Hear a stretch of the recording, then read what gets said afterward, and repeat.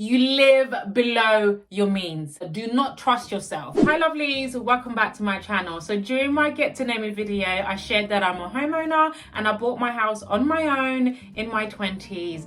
Yeah, and a few of you wanted to know how I bought my house, so today I'm going to be sharing my personal journey on how I bought my house. This is obviously not going to be a step-by-step guide on how to buy a house because there's so many other videos here on YouTube and the process is the same, but I'm going to be sharing my personal journey on how I bought my house, my first time buyer tips, my saving tips, mindset, lifestyle tips, and all that good stuff. It wasn't a breeze and there were some struggles, but I thought that I would share those with you. So if you are considering buying a house, you can avoid these struggles and also use these first time buyer tips. If you're new, hello, my name is Lorraine and my channel is Lovely Lux and I focus on curvy fashion, luxury, lifestyle and travel. And if you love that too, I hope that you do, then subscribe to my channel, press that notification bell so you never miss out a video from me. So my house buying journey actually started about 9 years ago when I was 21. So my first tip I would say is actually making the decision that you want to buy a house and buy a home.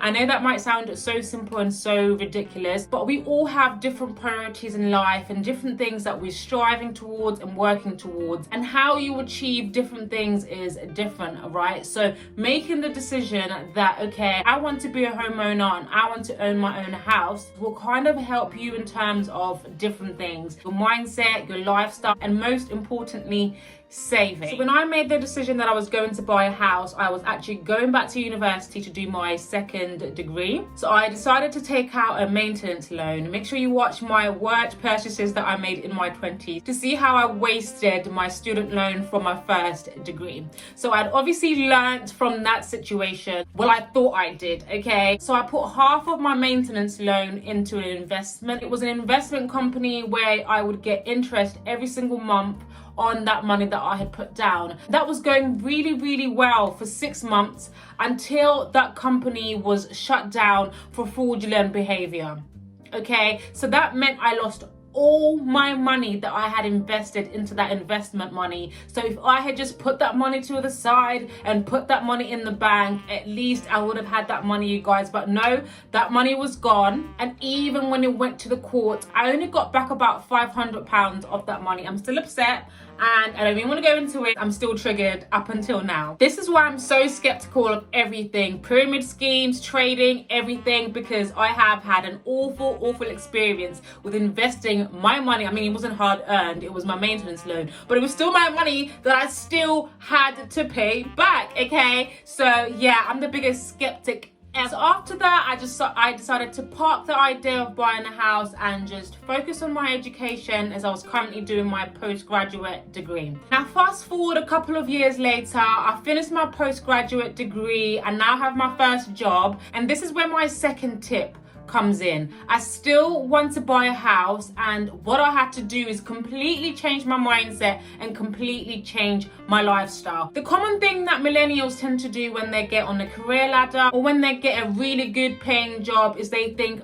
right, I'm gonna move out, I'm gonna get my own place. But I lived at home, you guys, because I wanted to buy a house. So that means I wanted to minimize my expenses. So when I say lifestyle, I mean that you live below your means. I could have afforded to rent a flat, an apartment, or a house and have my own space, but that would have meant that I had more expenditures. So even though I was still helping out at home, my expenditures were minimized and it would not have been the same if I was living on my own. My third tip is to actually envision you buying that house, to envision you living in that house, to envision you decorating that house, what you would buy, what it would look like. Because if you're constantly thinking about it and it's at the forefront of your mind and your consciousness, 90 to 100% of the time, the decisions that you're making will be in benefit of that long-term goal, okay? Everyone who actually knows me, you know that I am frugal, hence the affordable luxury, Lux on a budget dupes theme you guys see on my channel. But back then, you guys, it was way worse than it is now. I did not have a contract for a phone. I had a pay-as-you-go phone. That means if I didn't top up my phone, I could not call anybody. So a lot of people always used to get annoyed because they would have to call me, they would have to text me and all of that, because I was trying to minimize my expenditure. I also didn't have the most up-to-date phone, you guys. As long as I could call and text, I did not care what the phone looked like. I did not have a credit card because I didn't want that temptation, because once that money is there, once you have that credit card, you're more than likely to use it. I did have an overdraft and I tried my hardest to not use that to the limit. Now, it was hard. I'm not going to lie and I'm not going to act like I never used the overdraft. I did use the overdraft. Don't get me wrong, I still lived my life. I still enjoyed myself. I went out to eat. I went out clubbing. I went on holiday. I bought a luxury item here and there, but not as much as I would have wanted to, because I had a long-term goal. My lifestyle was completely surrounded by the fact that I wanted to be a homeowner and I wanted to buy my own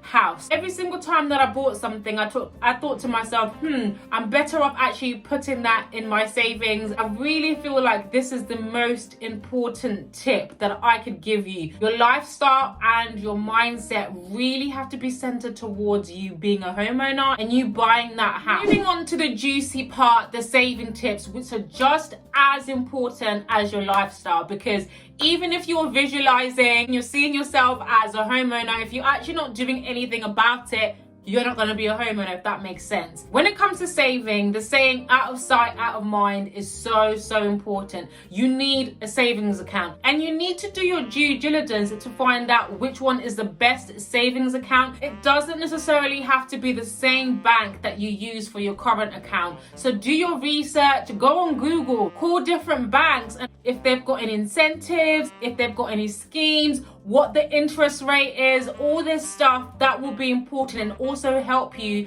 when you are saving and make your life easier. Can you access that savings account really easily, making it hard for yourself, even if it's your own money, to take that money out. So those are the kind of things that you need to think about when you're thinking about getting a savings account. And when you're actually saving, you need to see this as though you're paying a bill, because you are paying yourself, you're investing in yourself. So saving shouldn't be an afterthought. It should be the first thing that you do when you get paid. Best thing to do so that you don't get tempted to use that money is to either get a direct debit or standing order. Do not trust yourself. You might think you have the discipline, but you don't know what's going to happen that month. You don't know what's coming up. You don't know what your mindset is going to be like when you get paid. So do not give yourself that temptation. Just get yourself a direct debit or get yourself a standing order. Now, I know some of you are already thinking, okay, Lorraine, but how much should I actually be saving? Very good question. This is where you actually need to start thinking about what you want to buy. Do you want to buy a house? Do you want to buy a flat, an apartment? Where do you want to buy it? How much are houses in that area? How much would you need for a deposit? Because this will then tell you how long it would take you to save, depending on the amount that you choose to save. So this is the point for me where reality set in and I realized that there were certain areas that I couldn't buy properties in, especially by myself, because I wouldn't have been able to afford it. So I did find the ideal location for me. I looked into the cost of these properties and then I worked out how much deposit it would take for me to be able to buy a house, and then I worked out how long it would take me to save that money in 2 years. I realized how much I needed to save, so I started saving that money for 2 years, you guys. Now, I had one of those accounts where I could take the money out if I wanted to and withdraw it, and the first couple of months I did dip into that savings account, you guys, because I was saving quite a huge chunk of money. So there were times where I wanted to do something and I didn't have the money, I wanted to go somewhere, and I was dipping into that savings account. But the more I started saving, you guys, the more my savings account started to grow, the less I wanted to actually take money from that account. It's actually insane, guys, looking in your account and seeing a huge sum of money, and the thought that I was getting closer and closer and closer to being able to buy that property motivated me so much to keep on saving and not to use that money. So that became a routine. Saving became my life, and as I grew closer to the amount of what my deposit was going to be, I started to get more excited. I actually started to look at properties on Zoopla, on Rightmove, and go out to viewings, which was even more exciting. The thing that might actually surprise people is that I did not have a mortgage advisor. This is the route that a lot of people take because you don't have to worry about anything. You've got an expert who will point you in the right direction. It also goes without saying, given the title of this video, but not only did I go through this process by myself, I did it with my own money. I did not get help from anybody, not friends, not families, nothing. I saved everything from start to finish by myself, you guys. So I actually bought my house when I was 27, which is 3 years ago. Let me know in the comment section down below if you would like to see another video of life after purchasing your house. Some people think that you become a homeowner and everything is perfect, you're set, everything is great, everything is perfect, but it's not always a bed of roses, baby girls. There's expenditures that are coming out left, right and center that you do not know about. So if you guys want to see a video of what happened after I bought my house, let me know in the description box down below. Actually, while we're here, I'd also like to know, in terms of motivation, where you are in terms of buying a house. Have you made that decision? Have you started saving? Are you actually looking at properties? Let me know in the comment section down below if you found this video and the tips that I've shared with you useful. If you have liked this video, do not forget to like this video. And if you come all this way, thank you, you're a real one. Just don't forget to subscribe to my channel and turn that post notification bell so you never miss a video from me. Make sure you're having a lovely day, night, evening, wherever you are, and I'll see you back here in my next video. Bye guys.